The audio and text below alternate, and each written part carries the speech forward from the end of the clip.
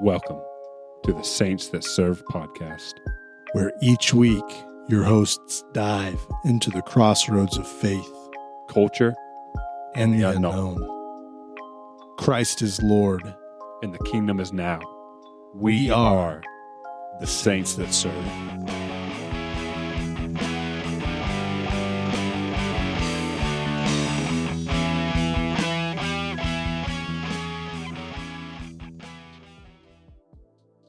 Welcome, everybody, to the Saints That Serve podcast. I'm going such high energy, and you slowed it down so hard. Sorry. I am Jairus. And I'm Johnny. And this is episode 13. That's right. Of the Saints That Serve podcast. That's right. And right now we are in the middle of our joyful season. Joyful, joyful. You missed the opportunity. Joy to the world. The Lord is come. No, okay. So yeah, we're in the middle of our joyful season. That is our Christmas season. If you haven't yet, go back to episode 12 of this podcast. That's the beginning of the joyful season. This is right now episode 2 of the joyful season, which is episode 13 of the podcast overall. That is correct. That's how, I don't know. It is weird a little bit, right? How we number things like this is episode 1 of joyful season, but it's episode 13, you know what I mean? Or 12. And then this is 13. And yeah, this is our second episode of the joyful season, labeled as episode 13. My question to you is, next year when we get back to joyful season again, will that be episode? Because we'll have 5 episodes of the joyful season here, 4 or 5, one of the two. I think it's 5. Yeah, 5. Okay. Will next year's joyful season be episode 6 of the joyful season? Oh. Or will it be 2025 joyful season episode 1? I think we should cross that bridge and tackle that bear when we get to it. I would just shoot the bear. I wouldn't tackle it. Sometime more likely to win, you know. I'm not a freak like you who can take down a bear barehanded. I'm not a fighter. I'm a shooter. Anyway, so yeah, welcome to the podcast. Do you have any announcements for us? No, just if you need prayer, we're praying for you every Friday. Every Friday. Make sure that you reach out to us. Cheers. How can people reach out to us? People can reach out to us on Spotify. They can make comments on Spotify. They can make comments on YouTube. They can email us at saintsthatserve@gmail.com. They can text us, and you can text us by scrolling down to the bottom of the description of this video and clicking the link that says, hey, you can text us. And if you're not watching the video on YouTube, the description for this episode, wherever you're getting your podcast, just scroll down to the bottom of that description, and then there's a link, and then you can message us that way. That's what I just said.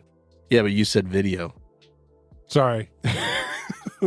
So yeah, wherever you're listening to your podcast, whether it be watching it or listening to it, even though it's just a still image, not like metal, but a stationary image of our logo. Yeah, I got you. I'm picking up what you're throwing down. Please do, because I didn't throw it. I dropped it. All right. Well, anyways, so you want to get straight into it?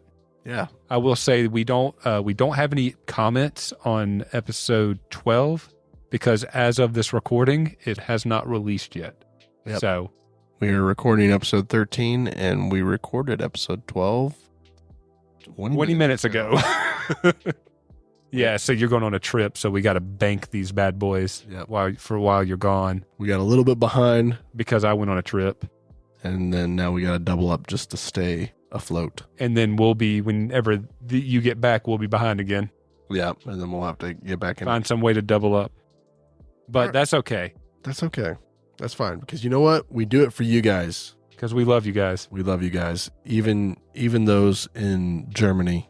You need to look up real quick how to say I love you guys in the different languages of the countries we are currently getting views in. Oh, yeah, that's going to be... Go ahead. It's gonna be hard, tough. Come on, just pull out the Duolingo. Ich liebe dich. I love you. Guys. That's German. Is it I love you or I love you guys? I don't think it makes sense to add guys to it. Ich liebe dich. This says Ich liebe euch Leute. But I'm probably pronouncing that really wrong. Yeah. And then here we go. Jag älskar dig in Swedish. Once again, probably wrong. Hey, I bet you they'll hear it enough to know what we're trying to do. We are making an effort to make you feel welcome. There we go. And belonged in this community. That's right. I won't be able to do Chinese because it doesn't translate it into an English pronunciation. Yeah, look at that. Yep, it just does it in their Chinese Chinese symbols. Yep. So there you go. And then the last one you need to do is Canadian. Canadian. Oh, I really appreciate you fellas. Eh. Oh yeah, I really appreciate you guys. There you go. That's Canadian. Oh, there you go. Oh, there you go. Breaking my heart again. But that wasn't. Okay. That was more like it wasn't Swedish the way I did my. Oh yeah. Oh yeah. Yeah. What's the difference from Canadian and Swedish? I mean, location. Swedish are like the Canadians of Europe. Just downright kind, great people. Really northern people that are just nice. So the Germans, they made a great car. The Germans are not the Canadians of Europe. I said they're also great people. Oh. Yeah, they are. They've made some mistakes, but we all have. No, they made a mistake with one leader that really just tarnished their image. Yeah, but they're responsible for 2 world wars. I was trying to figure out what you were doing with your fingers up as 2. I thought you were trying to give me a sign like, shut up, we're not going to talk about this or something. A comedian did that as a joke. He's like, Germany announced that they had finally paid off all of their debt from World War I. He's like, can you just imagine a German accountant being like, okay, we've got that on the books. Now, what do we have next on the docket? Oh yeah. Number 2. Anyways, are you ready to get into Christmas joyful season? I am. I'm ready for the most joyous season ever. Sweet. All right. So, hey, Tyler, this is your transition. We are now moving on to talk about joyful things. What do you know about the Christmas tree? I know that it is a tree. Yep. That we put in our house. We put presents under it and we put ornaments on it. Yep. And we put a star, angel, or bow. I saw that you have a bow in yours. Yeah. We need to get like a star or an angel. I was going to say, is it because like your tree is real? You have a real tree. Yeah. That's just what we've always had as a topper since we got married. I gotcha. I was going to say that like your tree is like 1 inch from touching the ceiling. Not even an inch, like half an inch. It's very close to the top of the ceiling. Yeah. Is that just how it happened? For this year? Yeah. Yeah. You cut it and it was perfectly cut. Yeah. Be right there. Yeah. That's awesome. Yeah. I didn't have to trim it or anything. So anyway, we decorate it. In my family, we kind of did ornaments and then just like the ornament, like, store-bought ornaments and then a mixture of the ornaments that we made as children on the tree. Yeah. So that's probably everybody, right? Well, yeah. I was going to say, because apparently a lot of people do themed trees, or their tree, if they only have one tree, has a theme. Like a color theme, or like, what do you mean by theme? Like a color theme or a decor theme. Like, people are notorious for having a Grinch tree. So everything that's an ornament on the tree is Grinch themed. Gotcha. Or like a Disney tree. Like everything on the tree is Disney. Or, whatever it is. It's themed. It's everything decoration wise on the tree has to do with whatever the theme is. I gotcha. Growing up, it was always, for us, it was lights. We would do garland, and then it was, everybody's ornaments that they either made or got as a gift. So it's just whatever ornaments were on the tree. Mm-hmm. What is your tree upstairs right now? What is the theme of that one? It's pretty much that. It's just ornaments that we've had been gifted to us. We just put them on the tree for that as memories.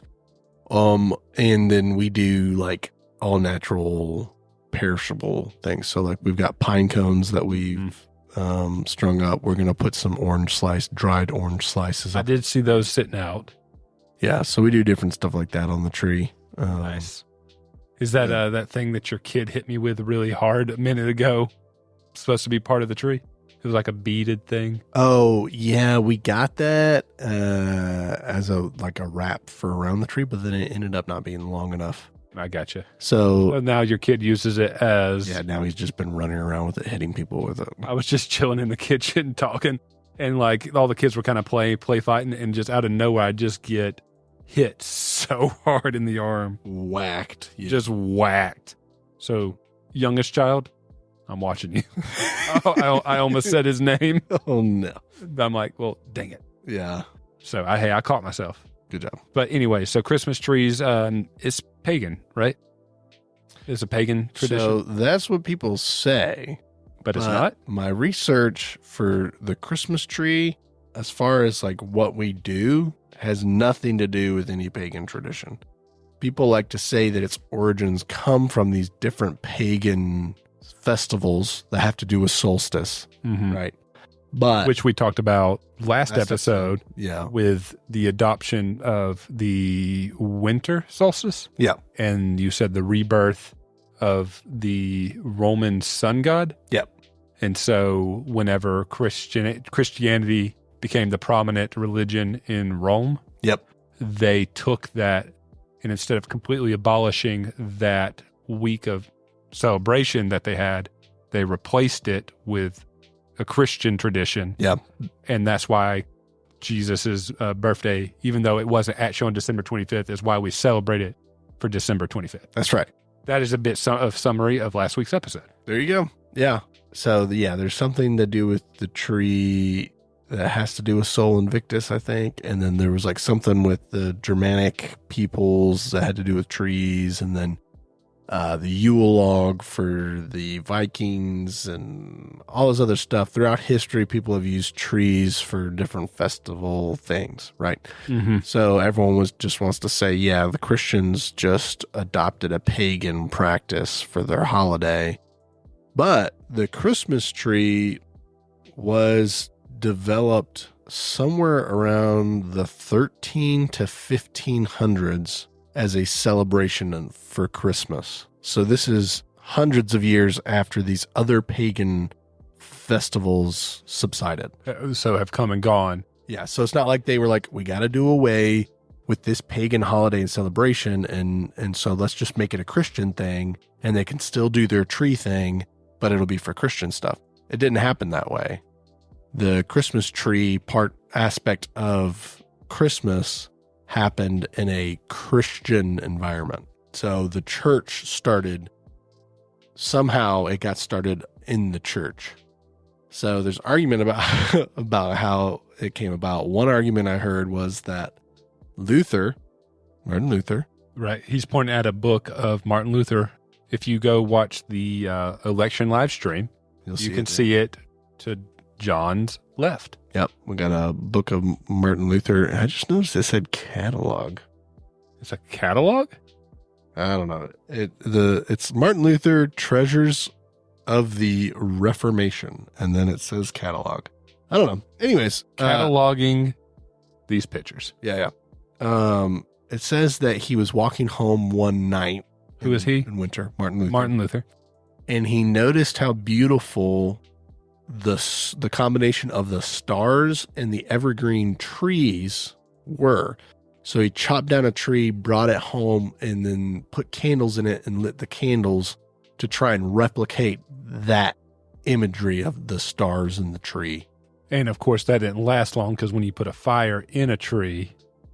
Well, but that's the part of the evergreen tree. The idea is that because it's an evergreen, meaning it's always alive. Mm-hmm. That's the imagery behind that. As Christians, we are eternal. No, I was making a joke that he set his house on fire. Yeah. No, because that's the thing is before electricity, people would put candles in the tree and they would light them. Well, how would they not? Not like in the core of the tree. Sure, but still even around it, I feel like people's houses burn down for just having a lit candle in the middle of a table. Like, if you're irresponsible, it can catch on fire. it sounds pretty irresponsible to put a fire in a tree. So if your Christmas tree, if it's a live tree, if it dries out, meaning you don't keep it watered, it will get flammable. But if you keep it watered, it won't be combustible like that. All right. So all these statements are coming from me, a man who has always had fake trees. Yeah. Yeah, we've never had a real tree growing up. It's so much fun. Like just the process of picking it, like not going to the like Home Depot and grabbing a pre-cut tree. Not to dog you out or anything, but it to me really doesn't sound that fun. No, I get it. I mean, it's not for everybody, but it is fun, especially with the boys. Yeah. I take my kids and my wife and we go to a tree farm. We look for a tree. We pick out the one that we like, that we think would look good in our home. We cut it down, and then we pay for it. And then we drive it home and we set it up and we put all, and then we decorate it. We put all our ornaments on and we water it. And as we go through the Christmas season, we keep our tree watered. And decorations end up coming off of it because of the boys. And so we keep on redecorating. But because you said that it's all natural decorations, it's not like anything's getting destroyed. Yeah, no, we don't have any of our really nice like glass ornaments up on the tree or anything like that. So I will say you do have a very important decoration that you put out before the tree, though. That's right, we do. Our very first decoration, a picture of Jairus. That's right. It says, "To my biggest fan, with love, Merry Christmas, Jairus." Bleep. Because it has my last name on it.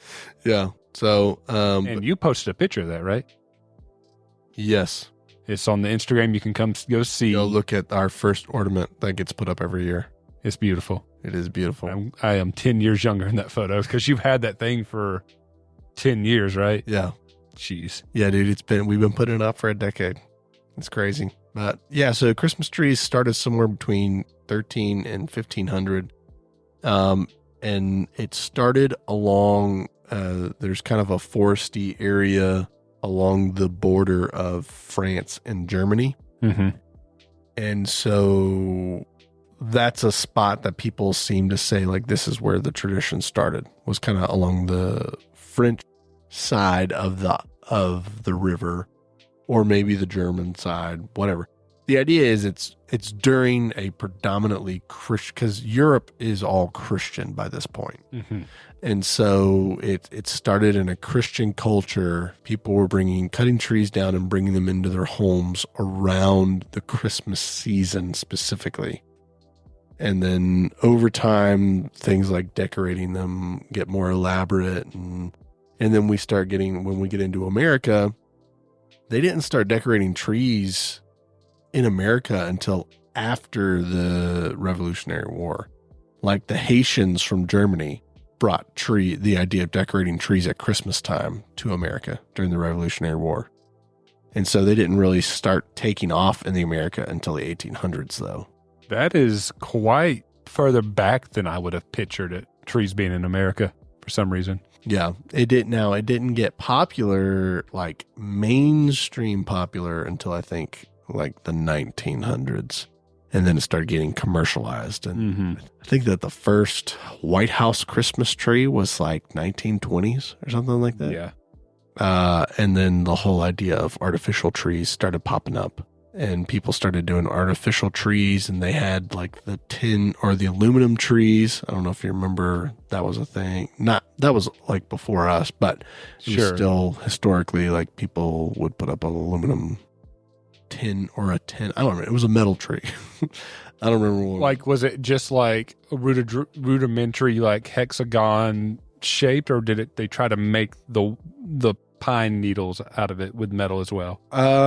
I don't know. I think it was kind of more of like a cone shape, and then it had ornaments on it. That feels super like weird, like a more modern day, like hipster thing. Like, I'm going to have the metal tree. Yeah. So they did try to make it look like a actual Christmas tree with like thistles and stuff, but it was all metal, I guess. Gotcha. I don't know, man. That sounds like that'd be awful to put up because you would get stabbed You get stabbed so much putting up a normal tree, right? Yeah. So like imagine, ow, oh, that's through my hand now. Yeah. You know? The guy I was listening to here, yeah, here's some pictures of them. So it looks like a tree pretty much. Yeah, it just looks like a fake tree that's shiny. But yeah, I see what you mean. Yeah, it's just a shiny tree. Yeah. But yeah, the guy I was listening to, he's like the aluminum tree got pretty popular until Charlie Brown Christmas movie came out. And then everybody wanted a puny little tree. And then, but because they correlated in the movie the aluminum tree with the commercialism of Christmas, and that's not what Christmas is about. And so then after that, the sales tanked, and now it's like nobody wants an aluminum tree anymore. All right, everybody in the audience can shame me. You can shame me here. I've never seen that. You've never seen Charlie Brown Christmas? I have never seen. I know what it is. Same way with like the Great Pumpkin. People really like to watch that one around Thanksgiving and Halloween. Yeah, I've never seen that one either. Well, it is good, and it's at the very towards the end of it because they're trying to put on a Christmas pageant. Mm-hmm. And they all get carried away in the pageantry of trying to make Christmas look big and spectacular and stuff. But at the end of towards the end of it, what's his name? Linus? Charlie? Yeah, I think it's Linus. Lucy? No, Linus. Dirtbag? He gives the... Who's dirt? I said dirtbag. Who's dirtbag? Pigpen. No, Linus gives the nativity story at the end of it and brings it back to that's what Christmas is about. It's about a child coming into this world who's going to be the savior of humanity. Woodstock. No, it was not Woodstock. Woodstock doesn't even talk. Snoopy doesn't talk. The parents. Snoopy goes. What about the parents? They go wah wah wah wah wah wah wah. What they talking? Dude, what if we made up our own language that was wah wah? No, we were actually able to communicate. No, what we need to do is to play a prank on your children, show them Charlie Brown a whole lot, and then around them just start going wah wah wah wah wah wah. No, you got to create the dialect where it's like however many wah is in the you start with in your very first go. Depends on what you're talking about. If it's 1, it's singular. You're talking about yourself. 2 is plural. 3 is... That's so complicated. I thought you were about to say how long you hold your wah is the letter. So it's like wah is A, wah is B, and Z is wah. No, but if you're talking about yourself, you go wah, wah, wah, wah, and you go into it. But if you're talking about us, we go wah, wah, way, wah, wah, wah. Or if we were talking about a third party, someone else, you go wah, wah, wah, way, wah, wah, wah, wah, like that. I love how you just made up a more complicated language than Japanese. And Japanese is already very complicated. I thought English was one of the most complicated languages. Yeah, but we're speaking that right now, so. Yeah, but that's just because we're born into it. But apparently everyone who learns English is like, this is so hard. Sure. But it's hard for us because they keep on making up words. You already know English. I was making a comparison for you that you could say, oh yeah, Japanese. Do you know what I think would be a really hard language to learn? Klingon. Ancient Phoenician. What's that lost language? There's a lot of lost languages. Just name one of those. Ancient Phoenician. Yeah, that would be really hard to learn. Yep. What's another one? Babylonian. Nobody speaks Babylonian anymore. Why not? Because Babylon doesn't exist. Got wiped off the face of the earth by the Mede and Persians. 100%. Yep. So anyways, yeah, Christmas tree. Dude, it went down in the 13th century. Purely a Christian creation. That's crazy. Do you think that is like an attack on the enemy to take something that is Christian originating and try to make it look lesser? Because, I hear a lot of people like, well, the Christmas tree is pagan. It's a pagan tradition, and they belittle the holiday celebrating Christ. You know what I'm saying? Yeah. This is my personal opinion. This is not backed by any research. But people see something and then feel the need to create content around it and put the idea out there, and then a lot of people run with it. So someone's like, oh, did you know that for this Viking festival that happened around the same time that Christmas happened, they would burn a log, and they called it the Yule log, and they would decorate it before they burned it and all this stuff. So that's where we got the tradition of the Christmas tree for Christmas, because Jesus wasn't born in December. So where did we get this holiday? Why do we do it in December? Oh, it's because it's pagan. And then they go into it that way. So really anything to confuse and distract. I don't know if that's where the intention is. I think that the heart is in the right place where it's like, let's bring it back to Christ. But they're not doing the full research on the specific things. That's the thing. It's like, yes, there's a Yule log for this Viking festival that happened somewhere around December. Yes, there's other pagan holidays that happen at this. Here's the issue: is every single culture, inside and outside of Christianity, every single culture celebrates the winter solstice in some way or another.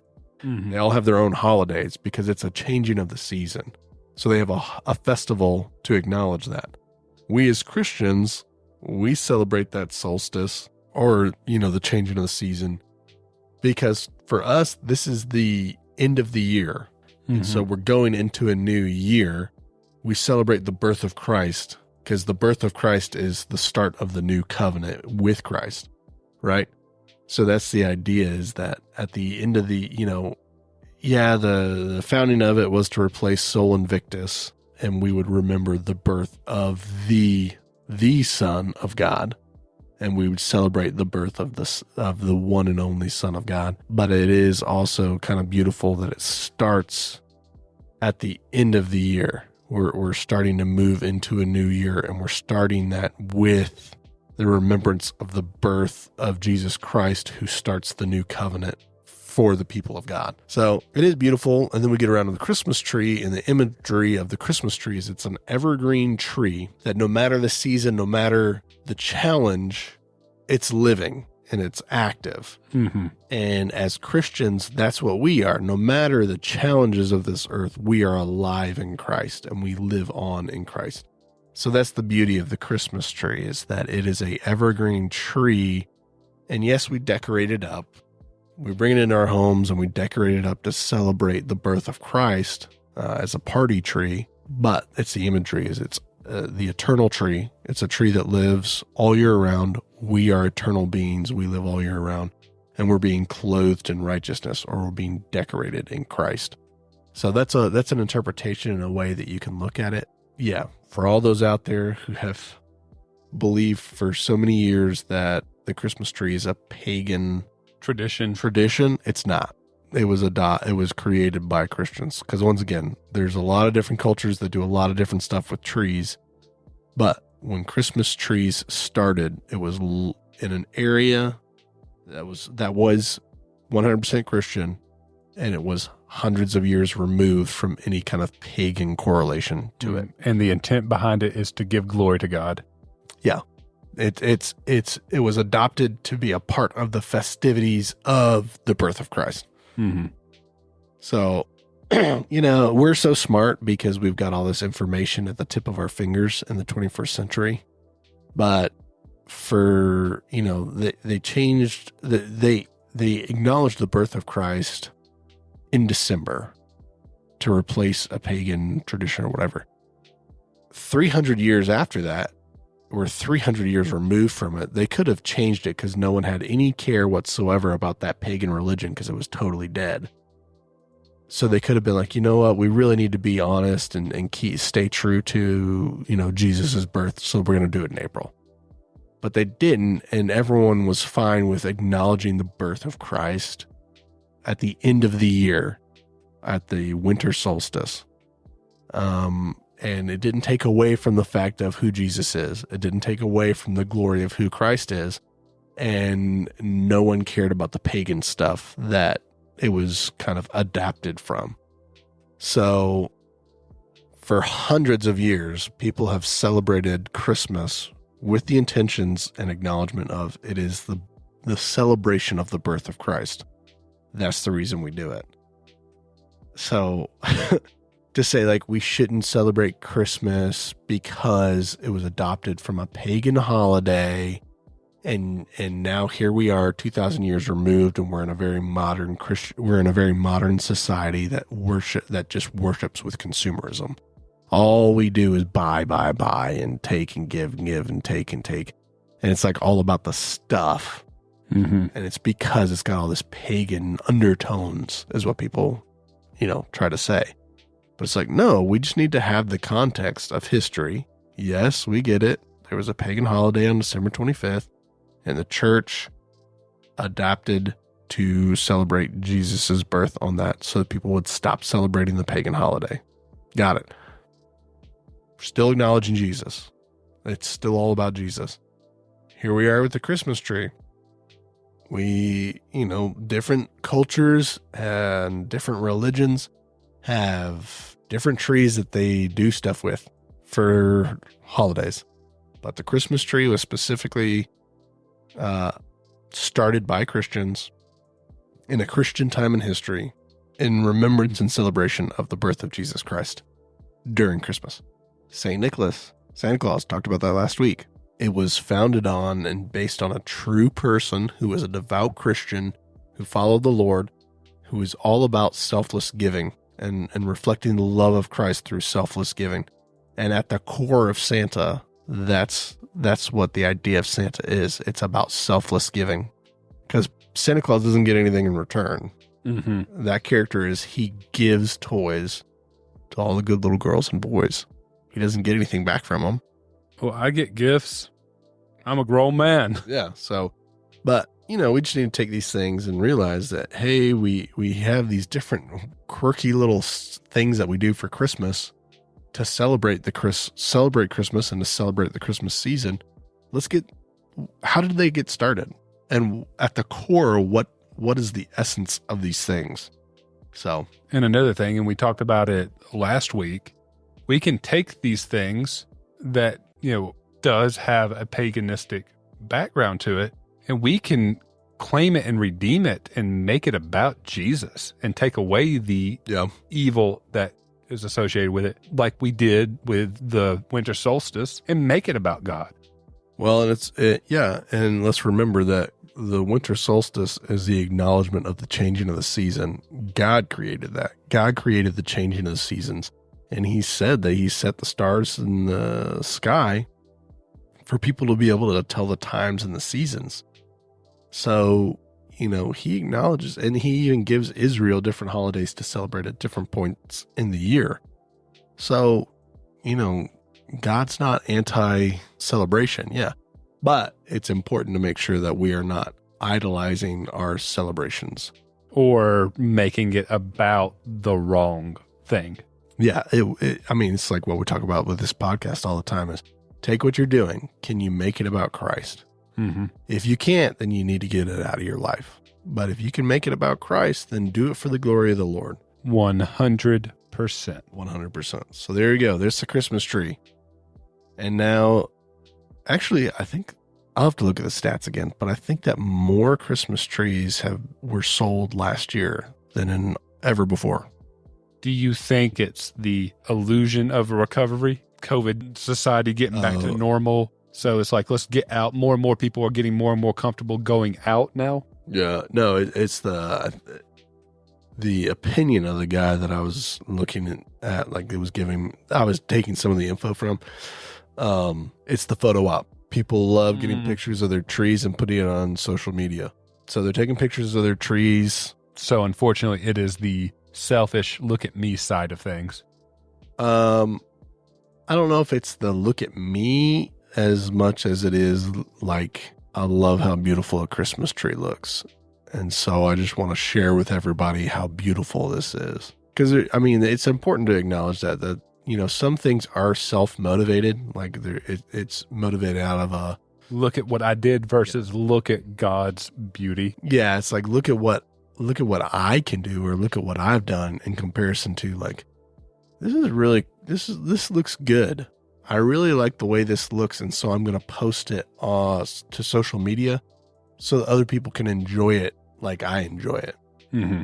Because that's, I mean, really, when a lot of people, they get joy out of just sitting and looking at their Christmas tree, Mm-hmm. And so for me, it's, kind of like what we were talking about. Like, think about the imagery of an evergreen tree and it gets brought into your home and decorated. Now let's take that imagery and apply it to our Christian truths that we have from the gospel.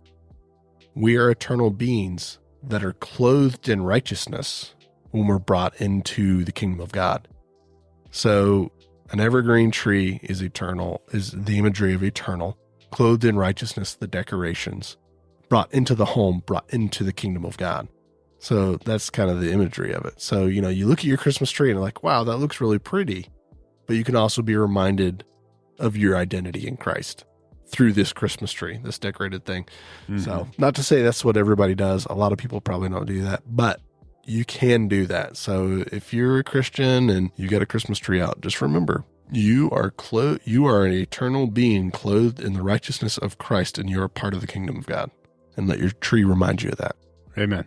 All right, that's what I got for the Christmas tree. I still got to get mine out and up. Ours is tiny. Ours is like a 5-foot tree. You didn't? I thought you were putting it up this weekend. No, we didn't get around to it. Ooh. So, too busy cleaning. Yeah. Getting ready for the fams. The fams is coming over. Yeah. Going to fams tomorrow. And I just want to apologize to everybody. My throat got like really dry, so I'm like over here coughing and wheezing and stuff. Hey, you're good. You're good. It'll all be fixed in post. It won't. I'm going to make it even louder. I'm going to You're going to magnify my just where you cough, right? I'm going to make sure I'm going to isolate that one moment, and I'm going to turn it up all the way. So beautiful. It's going to be oh. All right, Tyler, we're moving on. Bear with us as we transition. Please bear with us as we make this transition. So what are we talking about now? This is our Tyler transition. This is our Tyler. Our Christmas. That's going to be our fifth shirt. This is our Tyler transition. This just says Tyler. We're now transitioning to our next topic. Okay, next topic. Christmas media. What's your favorite Christmas media? So in general, I like the movies, Yeah. I'm typically the one who, I know a lot of people really like to get started right after Halloween. And so now it's like the Christmas season now, even though it's Thanksgiving. Yeah. But I like to, when it starts, turn on the music, getting not like this new stuff, right? I like the classics, some Ben Crosby, Okay. that kind of stuff. I really like that kind of Christmas music. And then I'll put that on while I'm driving. Okay. And then I really like sitting down and watching a good Christmas movie. Okay. To name off the classics, I'm sure it's the normal ones everybody usually absolutely loves. Home Alone, Elf, How the Grinch Stole Christmas, both the cartoon and the Jim Carrey classic. Okay. And then throwing a curveball out there, Christmas Vacation is also a really good Christmas movie, though it does not in any way, shape, or form reflect the love of Christ in that movie at all. Oh my gosh. What's that character's name in that movie? Which movie? Christmas Vacation. The Griswold? The Griswolds, yep. Yeah. Yeah, the old Griswolds is not a family to model or look up to in any way, shape, or form. Yeah. I remember watching, as a kid, walking in, and my grandmother was watching the Griswolds Vegas Vacation, I think, is what it was. And I have such a distinct memory of at the end of that movie, right? They've blown all their money in Vegas, right? Mm-hmm. They end up putting everything on one last thing in Vegas. I don't remember what it is specifically. Yeah. But as they're sitting there, they lose, right, as a family. And this is everything they could possibly do to get back home and leave. You know what I mean? And so they lose, and then this old man sitting next to them is like, I won. And then he just has a heart attack and dies. What? He has a heart attack in that movie and dies. and drops the winning ticket on the ground, right? Mm-hmm. And then you see a guy with a vacuum cleaner slowly coming towards it, right? And I have a distinct memory of my grandmother sitting there screaming at the TV, "Pick it up! Pick it up, you idiot! What are you, stupid?" And so in the movie, it's just to cause a lot of tension and make people angry. And at the last second, he just takes his foot and slides out of the way. And they claim the money and leave Vegas. Oh, my gosh. I know that got a little off topic, but That's funny. Those movies are really funny. All right. So what's your number one Christmas movie? Elf. Elf? Okay. What's your number one Christmas song? Ooh. I know this is one song. Toughie. I know, Little Drummer Boy, right? That's what you're... No, I'd probably just like one of those slow Bing. Have yourself a merry little Christmas. All right. For me, my favorite Christmas song is Blue Christmas by Elvis Presley. Mm. Blue Christmas without you. And then You're a good Elvis fan, right? Yeah, or you really like Elvis. I do. I love Elvis. Mm-hmm. Yeah. That's a hint to next week's episode in our cryptid corner. Our corner, the corner. Yep. And then as far as a Christmas movie, I don't know if I have a favorite Christmas movie. I enjoy Muppets Christmas Carol. I forgot that one. That one is great. We watched that with the boys. We actually watched that for our tree day. Yeah? Tree up. Yeah, we put the tree up and then we made cookies and then we watched Muppets Christmas Carol. Because that movie, I wasn't familiar with the original Charles Dickens Christmas Carol movie. Mm-hmm. I always thought that it was what's his name? The two ghosts in that. Yeah, you thought there was always two. I thought there was always two. Yeah. And it's just the two old cranky men. Oh, yeah, Stanton and what are their names? I can't remember their names. Okay, good. At least it's not me, just me. Yeah. I'm gonna just type in old guy Muppets. It's like Stanton and Waldorf or something like that. Yeah. Stettler and Waldorf. Okay, I was close. Yeah, Stettler and Waldorf. Yeah. And I found this out the other day via my intelligent wife. The Muppets Christmas Carol, out of all the different adaptations, all the different movie adaptations of the Christmas Carol, the Muppets Christmas Carol recites the book the most. Really? Yeah. And it's because I firmly believe it's because Gonzo is the narrator. Because he's supposed to be Charles Dickens, right? Yeah. Gonzo is Charles. So he's just reciting his book. Yeah. Every time he's interacting with the story, he's reciting a passage from the book, and then him and Rizzo have a little quirky quip or whip or whatever. So, but yeah, it's a good movie. It's a very Muppets Christmas. Very good movie. And I think it helps that it's a musical. Yeah. Just in the sense that like there's aspects to that become so memorable. Yeah. I always remember it's Bob Cratchit and his son, Tiny Tim, just walking down the street and they're singing that song together. Yep. Boom, boom, ba-ding, boom, boom, boom, boom. Yeah. 'Tis the season to be jolly. Yeah. It's just like that just sticks out to me so much. Yeah. Classic. You can see the dog from Fraggle Rock in that movie in the background. Oh, really? Yeah, Sprocket, I think is his name. I did not know that. Yeah, you see him dancing around. Nice. It might just been, I don't know if it's a callback to Fraggle Rock or if it's a reused puppet type thing. They do a lot of that in Christmas Carol and in Muppets Treasure Island. Or a lot of repurposed puppets. Yeah, it must be intentional then. A lot of those little like Easter egg stuff in there. But you want to hear some really sad news? Yeah. They're shutting down Muppets 3D at Hollywood Studios. Oh, really? Yeah. Dang. That is the last thing that Jim Henson worked on before he died. Oh, really? Yeah. And a lot of people are upset that they're getting rid of it. And they're replacing it with Monsters, Inc. land. But they are changing another ride there to be the Muppets. Can you guess what ride they are repurposing to be a Muppets ride? No, I have no idea. Rock and Roll Roller Coaster. What? Yes. I feel like that one's another classic. I think that people are less upset about Aerosmith going away. Oh, really? Yeah, so it's Except Aerosmith. He's probably like, no. probably, but they're doing Dr. Teeth and the Mayhem roller coaster. So rock and roll roller coaster with Dr. Teeth and the Mayhem. Oh, okay. That makes sense. So it fits. So like picture animal, like that, it works out. I'm not mad. It's just like last time I went on that ride, I was just like, this ride does need to be updated in the queue. So you go in, you watch those movies, all those videos and whatnot on the inside.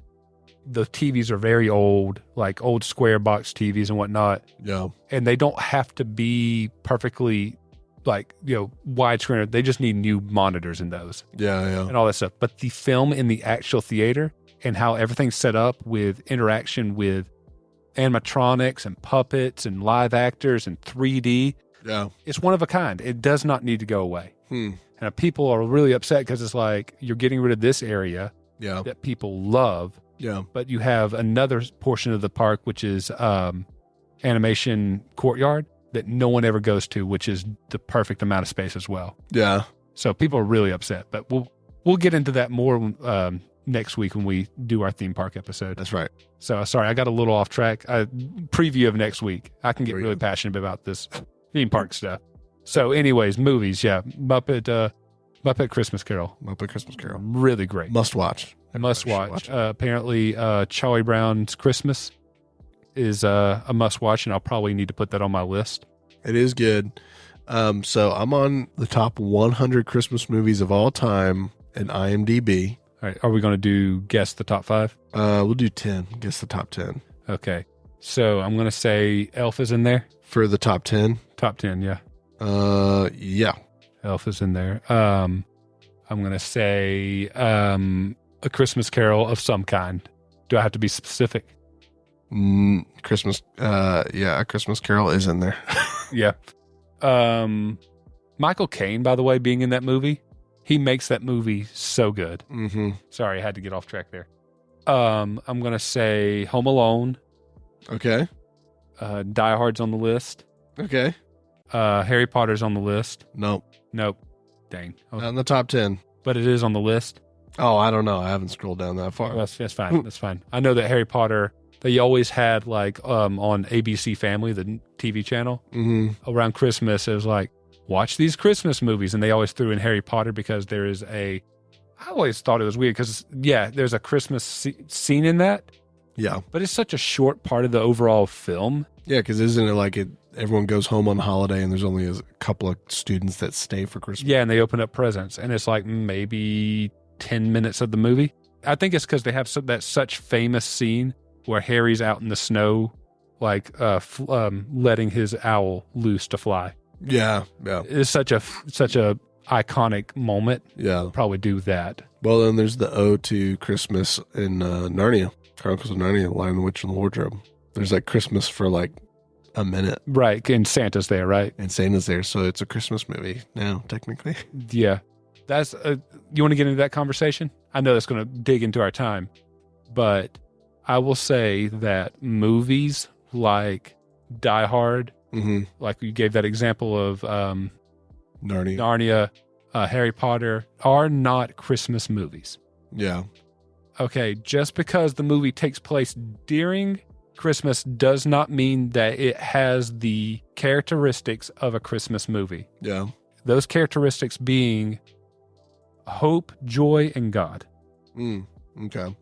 Well, but on that note, then you can't really put Home Alone as a Christmas movie.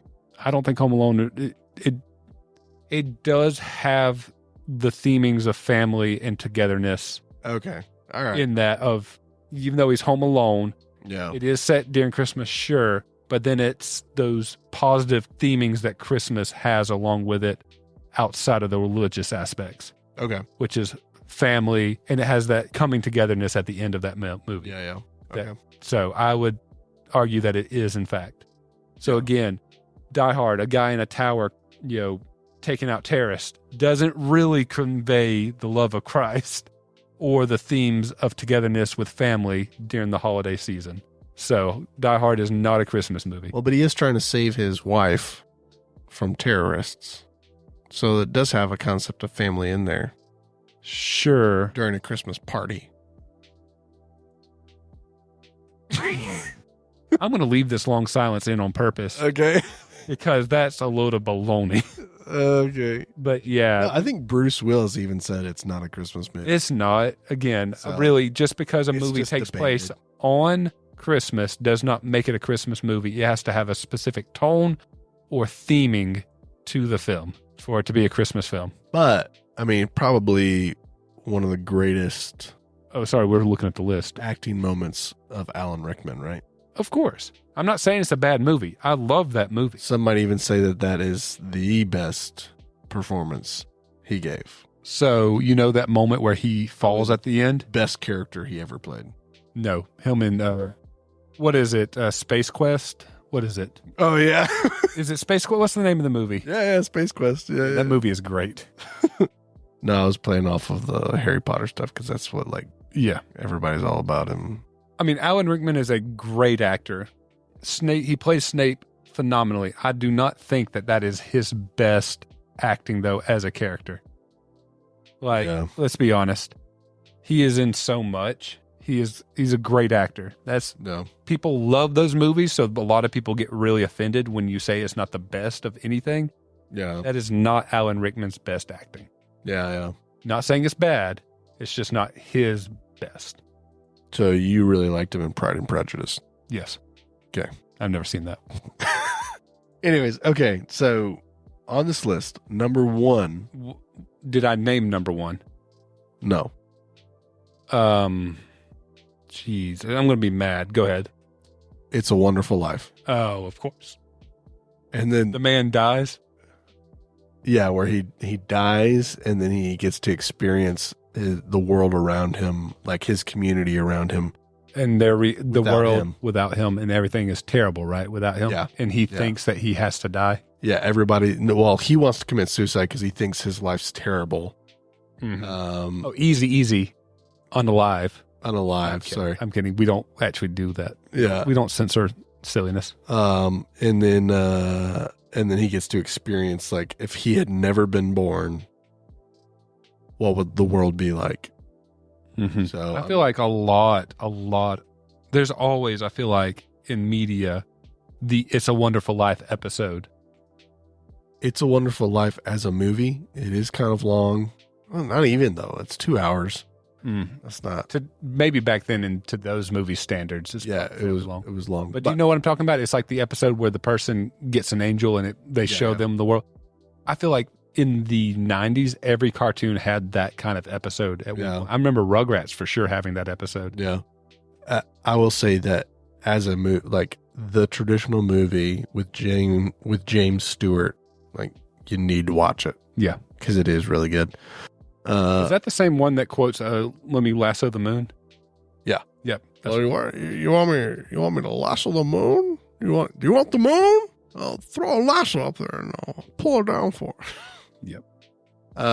Okay, number 2. You've already named this, and it will make you upset that it's number 2. Is it Die Hard? Yeah. Yeah. Yeah. All right. Number 3, already named. Elf. Nope. Christmas Carol. A Christmas Carol. Does it specify which one? So the old OG Christmas Got it. Carol. Number 4. What do you think it is? Did I name it? Yeah, I think you did name it. I don't remember everything. It's not I Elf. named. Is it Elf? No, it's not Elf. So it's Elf. It's Home Alone. Number 5, you did not name this one. And this one is a claymation, so that's a dead giveaway for it right there. Nightmare Before Christmas? No. Dang it. I thought that would have been a good one. Hold on. I'm blanking. Why am I blanking? Silver! Oh, Rudolph the Red-Nosed Reindeer. Yep. That's not claymation. That's stop motion. There is a difference. Oh, I thought that it was claymation. My bad. Nope. So, same difference, but same technique, but there is a distinct difference between the two. Yeah. No, you know- I know, but that's what I'm saying is, for some reason I was thinking it was claymation, but you're right. It is stop motion. Do you know that we're getting another Wallace and Gromit movie next year? I'm excited. I feel like I did know that. It's the first one in 10 years, I think. Really? Yeah, it's been a while since we've got one. Those movies are great. I guess because they don't count Shaun the Sheep, huh?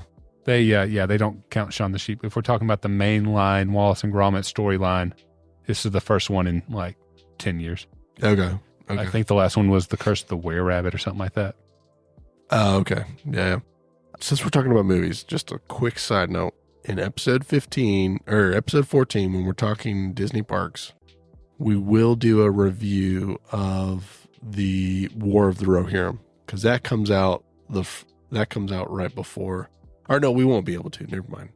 What we'll do for that is we'll have a bonus episode. Yeah, we'll do a bonus episode for War of the Rohirrim. Because my birthday is around that time.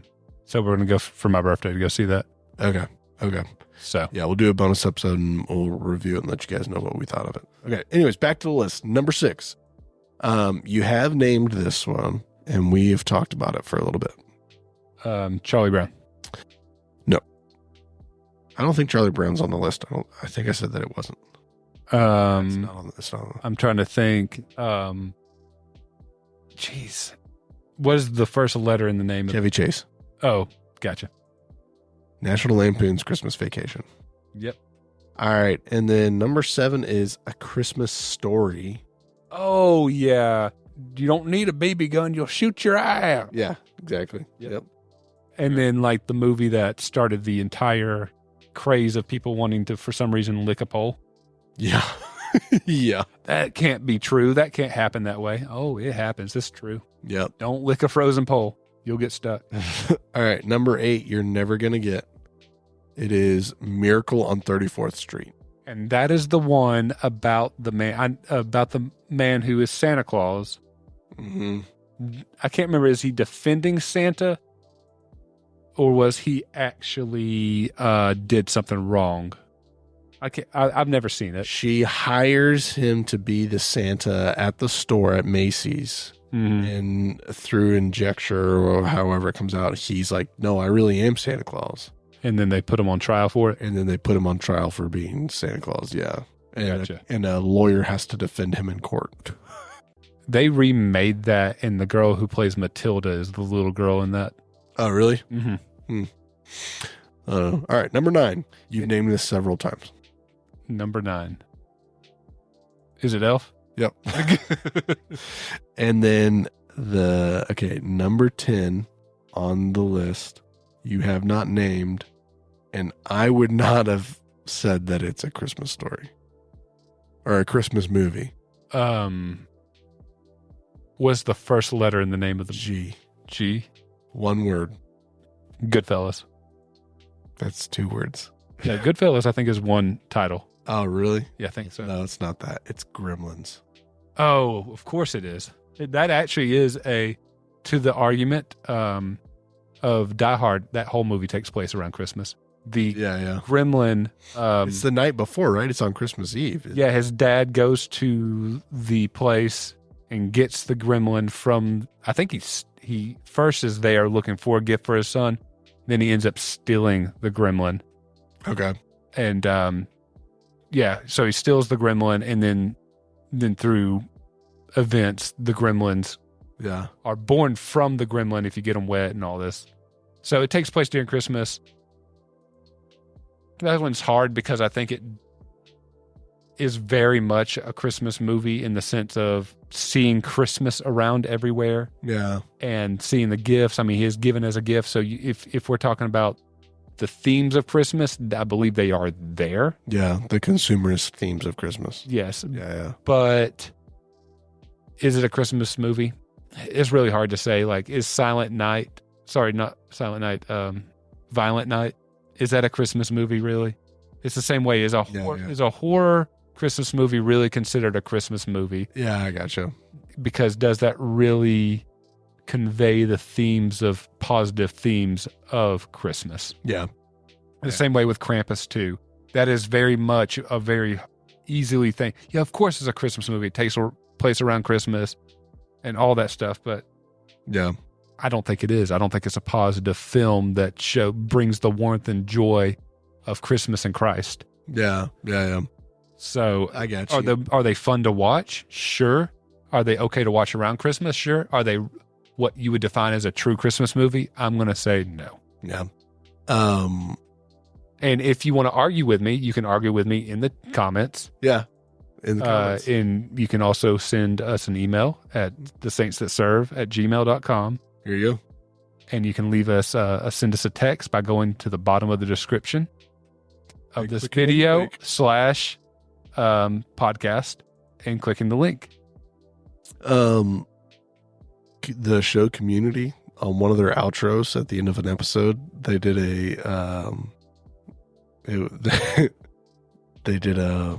make fun of Gremlins, and it was the Hispanic version. Really? What was the joke there? It was Gremlins, but like they had a different title. Like it was the creature was named something different, and Chupacabra. Everything was like Latin, like South, like Mexican themed. Gotcha. Specifically, like Mexican. It was pretty funny. Anyways, so we're gonna run through these songs real quick. Before we go to the Christmas songs. I feel like that is like harder to gauge the popularity. We all know Mariah Carey's number one. Yeah. I mean, and this is just a top list for like a radio station.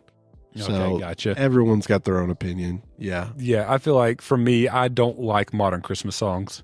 I like classic old ones that I grew up listening to. Yeah. Like around the house growing up around Christmas time. Yeah. So number one is All I Want for Christmas Is You, Mariah Carey. Number two is White Christmas by Bing Crosby. I feel like Bing Crosby is going to be a lot on this list. Maybe we'll get through. Number three is Last Christmas by Wham. Jingle Bell Rock by Bobby Helms. The Christmas Song, Chestnuts Roasting on an Open Fire. Yeah. By Nat King Cole. Rockin' Around the Christmas Tree, Brenda Lee. Silent Night. Just Silent Night in general. Yeah. Whoever's singing it. Yep. Feliz Navidad, Jose Feliciano. I want to wish you a Merry Christmas. Feliz Navidad. Yeah. Number 9, Santa Baby by Eartha Kitt. Oh, yeah. The really weird. You know who Eartha Kitt is? No. Do you know the film The Emperor's New Groove? Oh, yeah. That's Uzma. Uzma.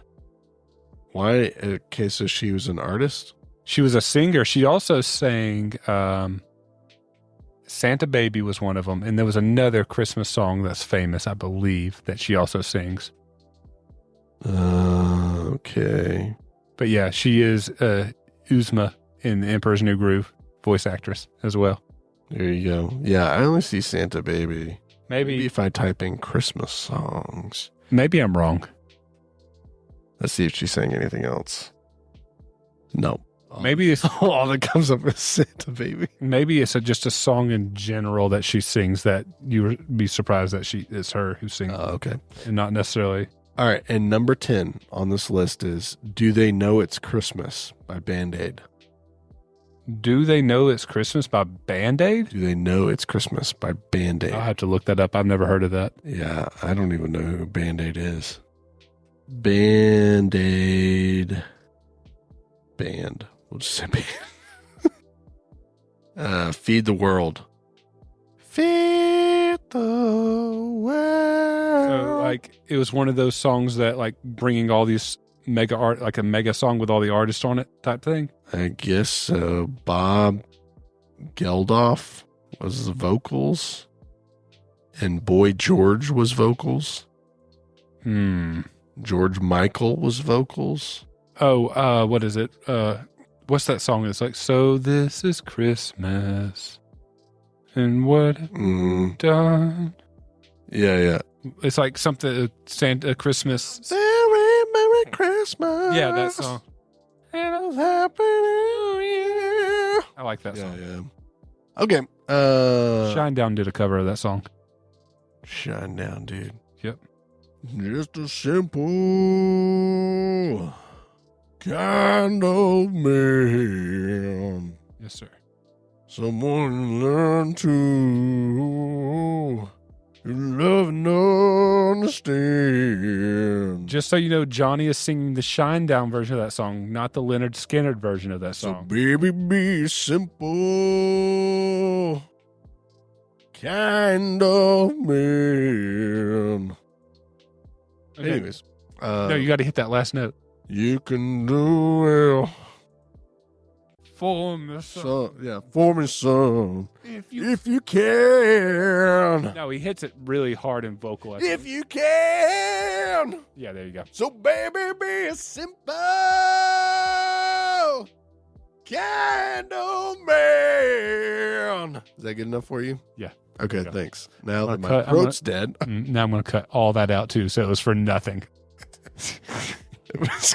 Everyone's gonna go from us talking about. We're gonna see down. like why is our viewership going like just like plummeted?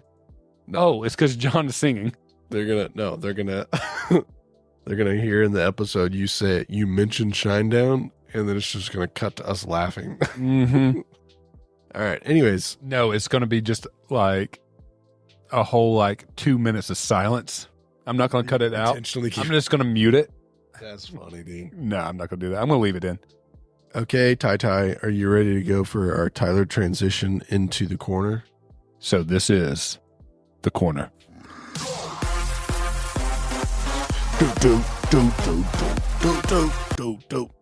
Fix it because it cuts out. I know. I'm getting frustrated that it just fades in like that. There must be a setting or something for the board. Yeah, I'll have to look at it. But welcome to the corner where we discuss all things conspiracies, and cryptid, and downright mysterious. That's right. So I figured since we are talking around the Christmas festivities, one thing that people like to talk about as the more fictional side of Christmas is elves at the North Pole are Santa's little helpers. So we're talking about reindeer on this episode of the corner. No.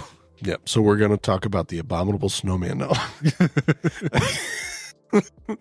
No, we're going to talk about the little people. Elves. We talked about elves in previous episodes in conversation about a different topic in general. When we were talking about, when we were talking about giants, we did kind of get on the subject of elves. We did. Oh, I don't even remember how I gave everybody. Because it was Mama Akaswagium or whatever. Mama Shop. Squant. Mow Shop and Squant. Yep. Squant was of the little people. Mow Shop was the giant. And we're not talking about, dwarfism. We're talking about elves and fairies. Yeah. Yeah. Like tiny people. Magical tiny people. Yep. Not normal humans that just have a defect. So, Jairus, what do you know about elves? Well, all I know about elves is that they make either cookies and trees for you or toys in a cold place. Mm-hmm. Mm-hmm. Yep. Or they fight to defend Middle Earth from the tyranny of the One Ring. That's right. Yeah, they do that. It's funny to me that, like, the idea of elves, it's always that, they have pointy ears. Yep. That's always a common trait of elves. But then after that, it's just like they could be big, they could be small, they could be immortal, they could be ugly. You know what I mean? Like, It's just like, it really just depends on the story you're telling.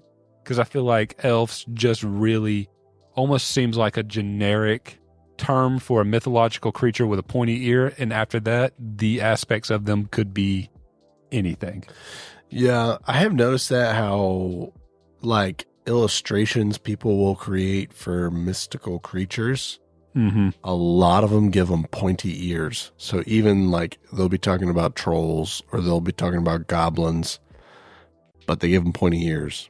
And that's... I don't know what that's about. Like, I don't know why everybody... Maybe just pointy ears in general is just a kind of like, because it's abnormal and it's easy to describe and to see, it's a way to describe a mythical. It's not quite like us, so it's a mythical because their ears are pointy. Growing up, my grandfather, I always in the back of my head was like, I wonder if he's an elf. Because he had really pointy ears? Because, his ears, he had like, not like big ears, but he had like long ears. Mm-hmm. And they were kind of pointed at the top. You're a descendant of elves. Yeah. So, but all around the world, they have these legends of these little people or these small, mystical, magical people. And they all have kind of the same MO. Like they are the protectors of the wild or of the earth. Mm-hmm. So they're kind of the guardsmen of the earth and everything that has to do with that. They protect it. They've got superpower, or not superpowers, but mystical powers. All of them, like, they have the ability to be invisible. Mm-hmm. So that they can hide very well. So do hobbits. So I did want to get at that. Hobbits are kind of like J.R.R. Tolkien made hobbits more like little people than the actual elves of Middle Earth. In his stories, yeah. His story, yeah. Yeah, so it's like, yeah, hobbits really do have elf-like traits, for sure. Yeah. And that's another, so a big thing is in Iceland, they have the little people or the invisible people. They call them elves. But the majority of people in Iceland, like native Icelandic peoples, they believe that they're real. So it's not a small minority of people think that they're real, and then the vast majority just go along with the fun fantasy of it. Didn't they have aspects of that in that Will Ferrell movie Eurovision? Yeah, because his girlfriend or his wife at one point they would get married, but she takes offerings to the little people's house. I remember that. Yeah, and she keeps on trying to get him to go with her, and he's like, I don't want to do that. That movie was really funny. Yeah. Ding dong, ding dong. We want to hear ya. Want to play ya ding dong. Yeah. I am a multi-international platinum artist, and you want to hear ya ding dong? Ya ding dong! Play ya ding dong. Yeah, that is a pretty funny movie. But yeah, so dude, like they're all over the world. I do think it's interesting that like Iceland, it's such a small place, such a small population, but they have these like very predominant mythos of these different creatures, but they're all bought in, you know. I think when you get into a community that's that isolated, and that small, that it's easier to like the echo chamber is smaller, right? So yeah, if everybody's on board with it, it's easier to believe in it, right? Mm-hmm. Whereas in, you know, like in America, especially with the internet, and you can just go. I mean, I could hop in my car right now and drive for like 4 days, right? Mm-hmm. And be somewhere new with new people and all this stuff. And two, like you said, it's like, you know, you could drive for 4 days straight and not find anybody who say they believe in elves. Yeah. But for some reason, it seems like on the internet, it's like because you have your small groups, your echo chambers, it seems like that group of people are a lot larger than they actually are. And I'm just using elves as an example. Well, I will to reinforce what you're saying. A lot of these like communities online that they do believe in the different mystical cryptid stuff that we talk about, like those communities are very closed off. Like you can't just get in. Like I tried to get in on a Dogman community on Facebook because I've heard like stories from podcasts, and everything that I get from these podcasts is these guys are like, if you get into these communities, there's a ton of people with pictures and stories and videos and all this stuff. I was like, dude, I want some of that documentation. What you do is you got to get a part of the community, and it's really hard to get a part of the community. That's when you create a podcast revolving around, or at least an aspect of it around cryptids. There you go. Yeah. And then you say, hey, look, we talk about this all the time. Yeah. We'd like to feature you on an episode. There we go. Yeah. So, but yeah, we kind of talked about little people for episode 11 with the Native Americans. We were more so talking about giants, though. But the one giant that was one with the little people. Yeah, he did marry a little people person. Mama knows. But I will say that, like, the little people, I don't really have a whole lot to say about them, but it has always, like, intrigued me that there's a part of the world where the predominant, the majority of the population believe in their existence and that they're real. I always found that interesting. So, do with that what you will. Mm-hmm. You know, and I've heard stories that are not, like, of people that have seen the little people, like the North American version, like the Native Americans talk about. They've seen them more recently, like in our time and they've seen them moving around. So, you know, maybe so. Maybe there is a race of little people moving around out there. Maybe it's a demonic thing, you know? Mm-hmm. We don't really know. Again, I will always reinforce this, that if there is actually this thing out there and it's working in the shadows, it's more than likely demonic. Yeah, if the goal is to not bring glory to God, then it's probably not working for God. So 100%. Yeah. But, you know, we do have to be careful with the way that we say that because, you know, like, we look at all of creation and it is a testimony to God's name. And he does say that it all submits to him and his glory. But, like, if you just look at a grizzly bear, you know, like, they can be pretty destructive. Mm-hmm. So it's like, well, how does that bring glory to the Lord? But that's not the point. The point is that even the grizzly bear is in submission to God, right? I don't think a grizzly bear is demonic per se. Sure, but isn't grizzly bears usually only destructive when disturbed? No. Or let me rephrase that, when they're being protective? No. It depends on how hungry they are, what time of year it is. All those are factors. So it's like the more hungry that a grizzly bear is, the more aggressive it's going to be. My wife's the same way. Yeah, my wife's spirit animal is a grizzly bear. No, her spirit animal is a little bunny rabbit, but it turns into a grizzly bear when she's hungry. Dude, that sounds like an anime right there. Just the main character is just a little bunny rabbit that goes about their life, but then when they get, like, angry, they turn into a giant grizzly bear and just start mauling people. There is actually technically a close comparison to what you described in an anime. Oh, yeah? It's the raccoon who work, like, it's called Agresco, I think. I'm saying it wrong, but in the comments, correct me.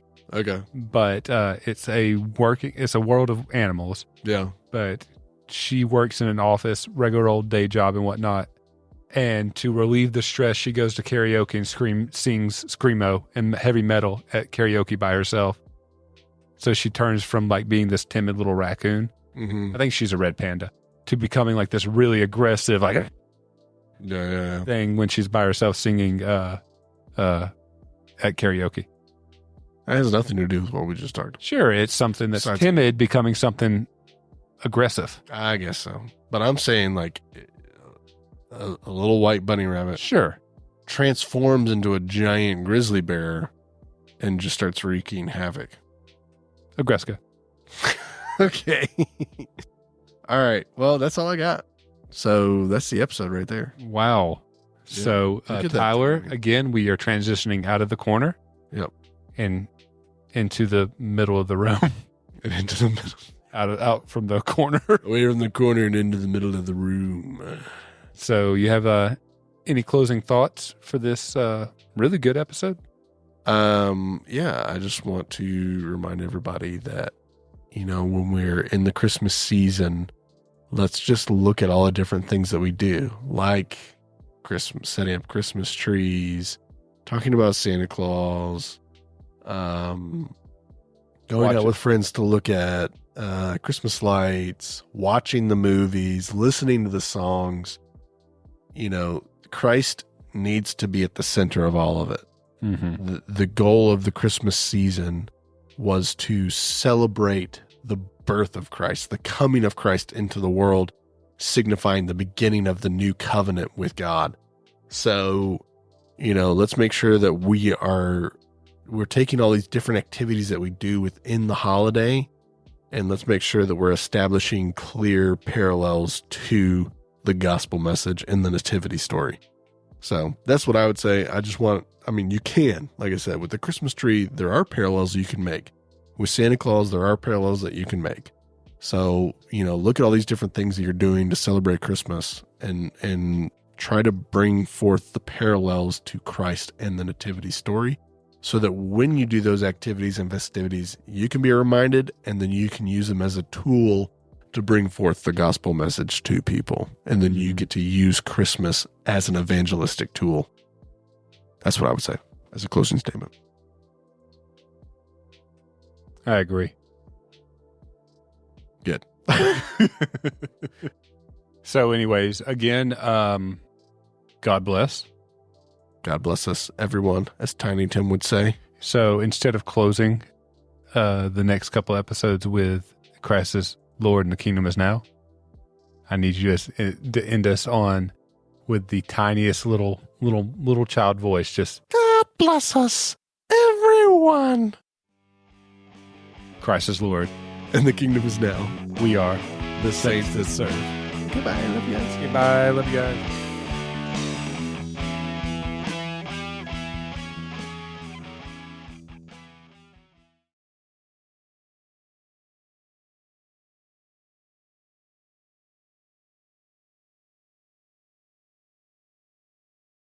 And be a simple.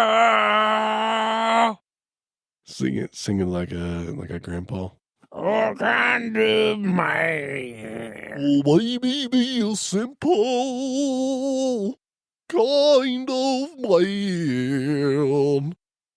A little goofy there for you. Yeah, you are really goofy. Was that close? Did you think that sounded kind of close? No. Aww.